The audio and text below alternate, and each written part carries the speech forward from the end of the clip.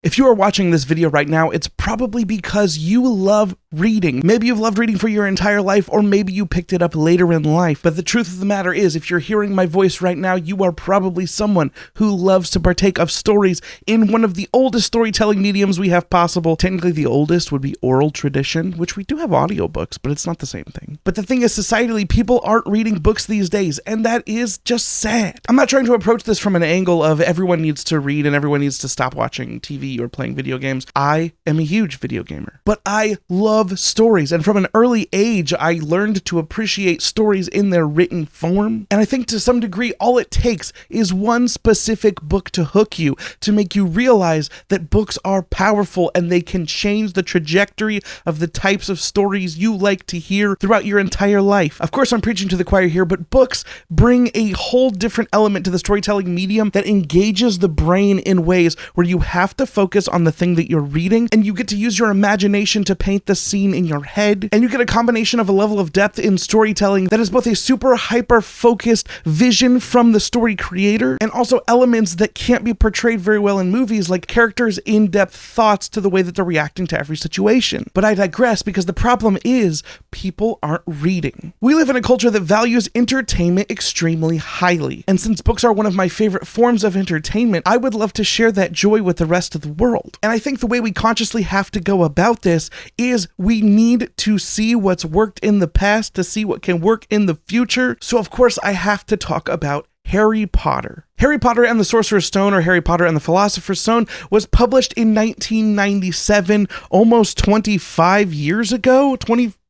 It doesn't matter. But especially if you are a millennial like me, you know the power and impact that Harry Potter had on society as a whole and on people reading in general. The Harry Potter books, and of course the success of Harry Potter movies, which started being released in 2001, were a cultural phenomenon that has not really, truly, fully been matched since. But Harry Potter was such a big franchise because it got so many new people to read books. It was a new generation of readers that it spawned and created. The movies drew people in, and anecdotally, I'm sure you can think of tons of people that picked up and read the Harry Potter series that never would have considered picking up fiction if it wasn't for something that gripped them so specifically. Around the time of Harry Potter, culture shifted in a way that started allowing for a new market of media, and that was media marketed at young kids. We also can point to Disney Channel and Nickelodeon's success at the time, where you could make something aimed at children, and especially if adults were into it, they would allow their children or help their children or force their children to join into the culture that they also liked. And since it was so good at appealing to those children, we found a new target market. And to this day, even in reading communities and non-reading communities, Harry Potter as a touchstone for personality quizzes on which house you went to, etc. It's still a thing that is relevant. And that's in spite of recent controversy and any additional things added to the Harry Potter universe generally being lambasted heavily. The point stands that Harry Potter made an impact. And if we want children of the next generation to be able to pick up books and enjoy books the way that we do, we need another Harry Potter. Obviously, I don't mean another Harry Potter book. Those have all been pretty bad lately. I'm talking we need another franchise of books written that appeal to children in a way that can get them to read, that could become another FOMO-style event that appeals to younger people. The generation of readers that got into Harry Potter were the same generation that helped boost the popularity of things like A Song of Ice and Fire, the Game of Thrones television show, the Witcher television show, which is in rocky grounds right now. But I don't think we'd have the money being spent on the Wheel of Time show or the Lord of the Rings show that we have now if it wasn't for the generation that grew up learning to enjoy fantasy and reading from things like Harry Potter. But how does one go about recreating this phenomenon? The difficulty now is that children have a plethora, a cornucopia of different media options available to them at any given moment. TikTok appeals directly to the dopamine stimulus brain in quick, short bursts. And yeah, I was the generation that grew up on Vine. I get it. I don't even think kids in general care that much about streaming series. Kids are watching TikTok videos and they're watching YouTube.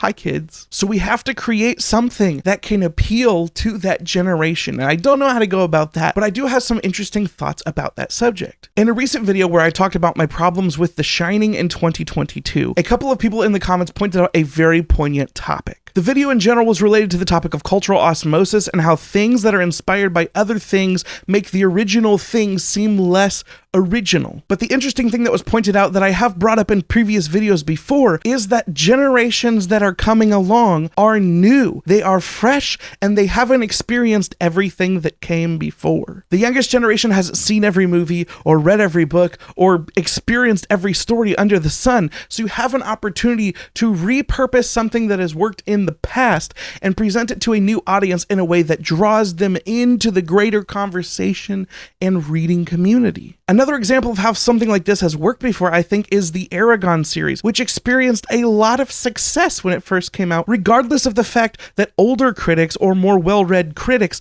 thought it was entirely derivative, especially the first book. But kids who read that book didn't care because they hadn't experienced every other story that this story was drawing from. So in a cynical way, what I'm saying is authors need to look at what has worked in the past and create a new, repackaged, acceptable version for this generation to be able to hook them in the medium that we all love so much, that is reading. Of course, companies are always attempting this. They want to be the next cash cow. Young adult series are purchased for adaptation, it seems like every other day. Some streaming service is picking up the adaptation for some book that may or may not get released. One hyped up example I'd like to point to was the Children of Blood and Bone books, which I didn't particularly like what we have. And the adaptations never seemed to get made, but the idea is solid. Write something semi-familiar that can appeal to younger people, adapt that into a visual medium to try to draw people into it and also make money on a different version of people that would never read, and do the 1-2 hit combo of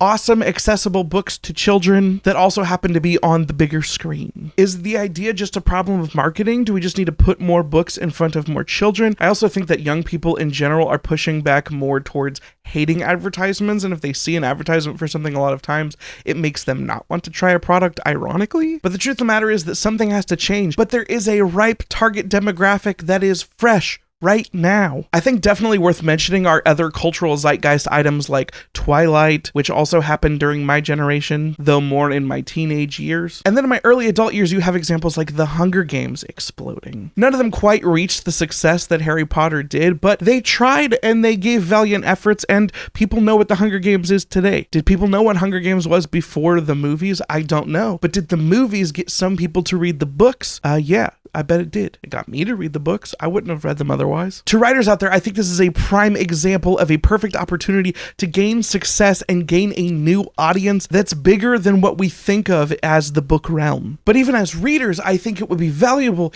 to look at new works of fiction that seem derivative and think of how they might appeal to people that haven't experienced as many stories as we have. Harry Potter's an example. Aragon's an example. You may have an adult who checks out this book and says, oh yeah, it's cute, it's whimsical, but it's derivative, it is whatever. And then it explodes because people that haven't experienced the derivations, the things that were being derived from, think it's original and new, and that's cool for them. This is a prime example of why you shouldn't throw out the baby with the bathwater when it comes to YA fiction or fiction that seems a little familiar to you, but also gives us the opportunity as readers who read fiction heavily to look at things through new eyes and recognize the value that could lie within drawing people to our hobby instead of holding up and being exclusionary. As an older millennial with 4 children, I can see 4 individual human souls that have not experienced anything in their life, and it could be amazing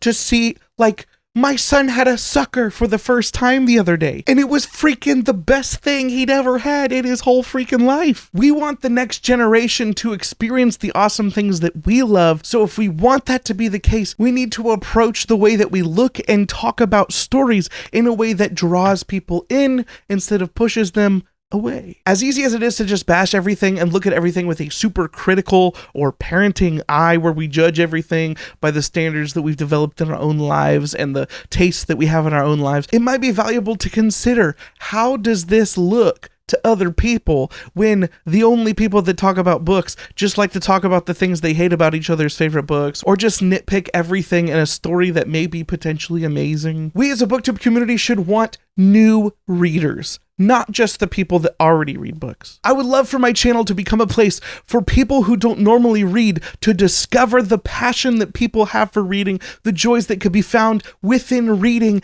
and then want to pick a book up for themselves and experience in that joy also. This has been a bit rambly, as a lot of these videos typically are. What do you think about this? Let me know in the comments down below. If you like this video, give it a thumbs up, and if you'd like to subscribe and see more videos from me talking passionately about the stories that I love, consider subscribing, please. If you hit the bell, you'll get notified when I post new videos. Thank you so much for watching. I love you all. Goodbye. No one ever get enough. Always looking out, tired, sleep. No one ever get enough. If it don't show up, I might get fired. Sleep, no one ever get enough. Always looking out, tired, sleep. No one ever get enough. If I don't show up, I might get fired.